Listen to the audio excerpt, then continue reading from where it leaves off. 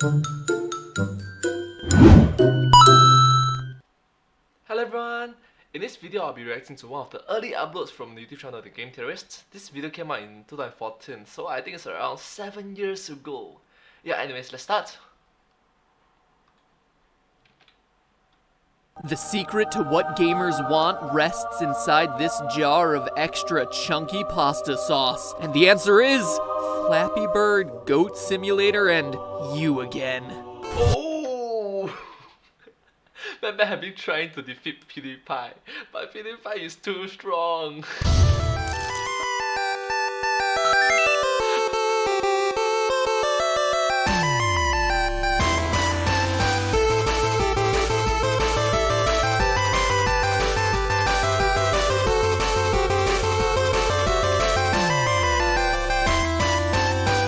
Hello, Internet. Welcome to Game Theory, the show that's practically Game of Thrones, similar both alphabetically and in the sheer number of gratuitous boobs we show per episode. Actually, I did the math. They average about 5 per episode. We're more like 1.7, so, yay us? Anyway, we've spent the last 2 episodes, well, there was one I squeezed in there about the aforementioned boobs, talking about what gamers don't want. They don't want monochromatic 3D action. They don't want a tablet controller, and contrary to what we all say, they don't want innovation. But there's a slight hole in that theory. Well, lots of holes in that theory. Holes that go by the name of Minecraft, World of Warcraft, the Wii, and many more. Innovative games and systems that broke with the established mold and went on to sell tens of millions, completely changing the gaming industry. So innovation works, sometimes. And when it does, holy cow, does it really work. Which Get it? Holy cow. The cow have a lot of hole. Holy.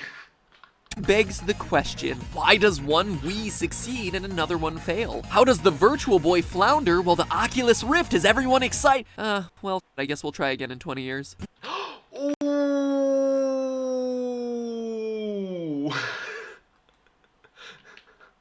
What is the secret sauce that separates what works from what doesn't? Well, the path to our answer begins with another type of sauce. Tomato. Meet Howard Moskowitz. He's not a game designer, he's not a game developer, or even a tester. No, the name of his game is Food. Food Optimization. Food Optimization Revengeance. Return of the Green Tomatoes. Anyway, what's Food Optimizer mean? Well, Howie uses data from taste tests to determine the perfect combination of flavors to make a food appeal to the most people. But he hit a snag when he was hired to find the perfect level of sweetness for Diet Pepsi. The numbers made no sense. They should have fallen into a bell curve, with some people liking it sweeter, some people liking it less sweet, but most people falling toward the middle, except the numbers didn't go that way.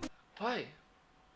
Is it like people are different? The data was a mess. It wasn't until years later that the answer finally dawned on him. They had been asking the wrong question. They were trying to find the one perfect Pepsi to appeal to everyone. Instead, they needed to look for the perfect Pepsis. There was no one formula to appeal to everyone, but instead multiple formulas to appeal to clusters of people. Vlasic hired him to perfect their pickle. He told them not to touch the regular version, but instead make a zesty option. Sales took off, thus solving Vlasic's Pickle.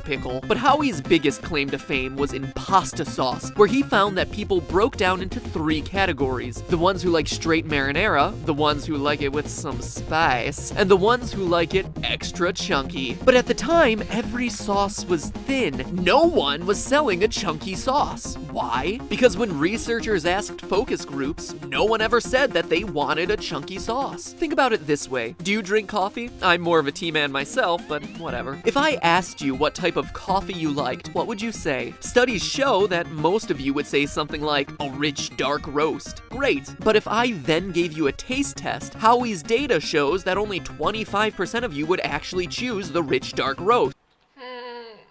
Well, is it because we have options? That's why. Quite the contrary, most of you would like it milky, thin, and weak. Practically me in coffee form. But when asked, no one ever says that. In general, Howard Moskowitz's research proves that people don't know what they want until they have it. So cool story, bro, but what's any of this got to do with games? Well, it's true for both pickles and pixels. Think about it. Here's a conversation that would never happen in any focus group ever. Is that me? You know what I want in my next-gen gaming scene? An open world rendered in retro graphics where I dig. Dig and what now, sir? That's it. I just punch trees and I dig. Dig for minerals. And are you looking for buried treasure? Or there's a princess in an underground castle? Nope, just digging. Just digging. Great. That's the fundamental. That's fundamental of the game. After that, you can implement the parts to make it more interesting.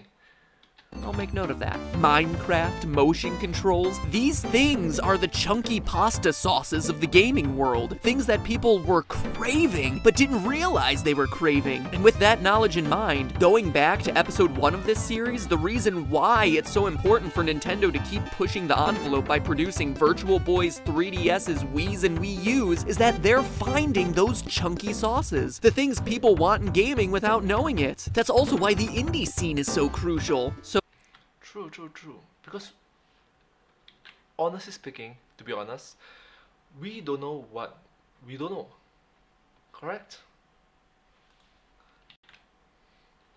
So the answer to what gamers want is that we don't know? Nope. There's definitely an answer that explains everything we've talked about so far. Why the Virtual Boy flopped. Why the Wii U is underselling. Why COD games and non-innovative sequels oversell, and why it's so difficult to predict the next trend. Flappy Bird. Flappy Bird? Flappy Bird. Flappy Bird? Flappy Bird. Flappy Bird explains it all. There have been tons of articles written in the wake of Flappy Bird's success. Everyone wants to crack the code of how this game took flight. Yeah, that was a lame bird pun. So sue me. Don't really sue me though, that was just a figure of speech. And while the articles have theorized everything from fake reviews to bot downloads, the real answer that no one's talking about is PewDiePie. Here's the Google Trends chart for the relative searchability of Flappy Bird. As the line goes up, that's when more and more people are searching or talking about that thing. Looking at the chart, you can clearly see things start to ramp up around here, January 27th. Let me circle that in my meaningless on-screen calendar. Now let's take a stroll over to the bastion of Brofist. His video, Flappy Bird Don't Play This Game, was uploaded,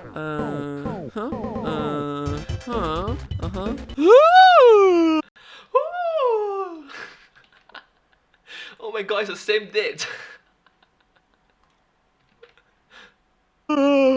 It's the same day! Seriously though, while this man is out there fisting the world, he's also setting trends. So give him some credit, industry writers. Do your research, it's not that hard. At 25 bajillion video views, give or take a few, it's no understatement to say that the Pewds is influential. And his role in Flappy Bird blowing up exemplifies the essence of what gamers want. We want to belong. We want to do things that our friends and people we look up to are also doing. PewDiePie fills that role for tens of millions of gamers. Don't believe me? There's actually a theory, not related to games, I don't know how such a thing exists, but whatever, called diffusion of innovations theory, which explains how ideas and technology spread through culture. Basically, it says that there are 5 types of people: innovators, early adopters, early majority, late majority, and laggards. About 2.5% of people are innovators. They're the first people to adopt a new thing. They tend to be very social, they're willing and able to take risks.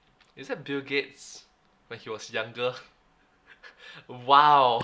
Because they can handle any potential losses. To illustrate, let's use YouTube and PewDiePie as an example. He's the biggest channel on YouTube by far. His videos get millions upon millions of views. Oh my god, he only have 25 million subscribers. Right now he have 100 plus. He takes a risk on a video and it doesn't work, meh, it'll still do pretty well, and he has enough other videos and views that he can sustain the loss. So PewDiePie does a video on Flappy Bird. People start to check it out. Seeing that PewDiePie did something, other people start to follow along. People who value his opinion, people who want to ride the trend. This next 13.5% are the early adopters. They're still super influential, helping to set the trends, but tend to be a bit more picky in what they choose to endorse than the innovators. Markiplier and Smosh Games are 2 great examples from YouTube. They'll accept some of the innovators' ideas. Oh, by the way, they grew a lot. they grew a lot since then. This was back in 2014. Flappy Bird, Impossible Quiz, Goat Simulator, but not all of them. These top 2 categories are the ones that set the trends, and their combined social power is what starts spreading the word. This in turn motivates the early majority to join in. If there's enough momentum, you crest that hill, and it's all downhill from there. At that point, to the late majority and the laggards, it seems like everyone is talking about this great Flappy Bird thing. So they download it, and now you have people who've never even heard of PewDiePie, Markiplier, or Smosh raging at their phones trying to get past 6 pipes just because they heard about it from a friend who heard about it from a friend who heard about it from a friend who saw it on PewDiePie's channel. And that's the key. PewDiePie and Flappy Bird are just easy examples. They're the catalysts that get the ball rolling, but ultimately, it's all a popularity contest. Don't you want to get the games that your friends are playing? Or the ones that you know everyone is talking about right now? We're trained to trust the majority because we don't want to be the one left out of the conversation. If everyone else is doing it, I guess I should too. It's actually an evolutionary instinct, and it provides us the answers to all the questions we've been asking throughout the last 3 episodes. Why do sequels seem to grow and grow in the numbers? It's because they've already established a significant following, putting it well into the early majority, meaning each game needs less and less energy to Because they have a strong foundation already. That's the reason why they can grow bigger and bigger. crest that early adoption hill. Why can't you predict what's gonna trend next? It's because nobody knows what the pewds will focus on and then what the rest of the early adopters will choose to pick up and run with. Why did the Virtual Boy fail? There weren't enough early adopters saying that it was cool, setting the trend. Trust me, if neck pains and eye strain were considered to be the fad by influencers like the pewds, the sales story around the Virtual Boy would be much different. And finally, bringing us all the way back around, why has the Wii U been slow to grow? The same reason. There's not enough stardom momentum to push it over that early majority hill and create the buzz needed for it to become the next smash hit. And why doesn't that buzz exist? Here's the big reveal for all of you sticking around this long. It's all related to Nintendo being anti-YouTube in its copyright policies. Believe it! They're killing their own momentum by stifling the voices of some of the most influential people in the gaming space right now, YouTube gamers. Video game website traffic right now is trending downward because everyone's moving to YouTube for their news and entertainment, but Nintendo's policies have made YouTube gamers afraid to talk about their games for fear of getting copyright strikes. And that cuts off the first critical 15% of people who set the trends for the rest of the gaming community. You don't want us to talk about the new Smash Brothers? Fine, we'll go play Goat Simulator instead. And is that perhaps the big reason why the PS4 with its built-in online sharing ability is crushing the sales of both Xbox One and Wii U? Maybe, but hey, that's just a Insanity, doing the same thing over and over again and expecting different results. Quote from Albert Einstein. Flappy Bird! Welcome. theory. A game theory. Thanks for watching. Hey, you should subscribe to this channel. We're pretty awesome around here. Now, with that business out of the way, welcome back to the super amazing end card tournament, where last time smite gods and goddesses Super amazing end card tournament. clashed for your clicks. In the end, it came down to 2, Neith and Aphrodite, but with 10,000 more votes, it was Aphrodite who took the cheesecake. This time, something a bit different. In honor of Howard Moskowitz, I ask you, which pasta sauce do you prefer? Regular, spicy, or chunky? Click on one to choose, but as we learned today, you probably don't know which you like. Well, at this point you probably do, because they make all these varieties. But who knows, maybe your favorite is something like marinara marshmallow fluff or tomato, basil, and gummy bears. Anyway, all this food talk has made me hungry, so if you'll excuse me, I'm gonna go make some cheese fondue. More like cheese fondue, because it's fun to do. Wow, made puns today. Fun to do. So bad. Oh my god. the dad jokes is crawling to him right now.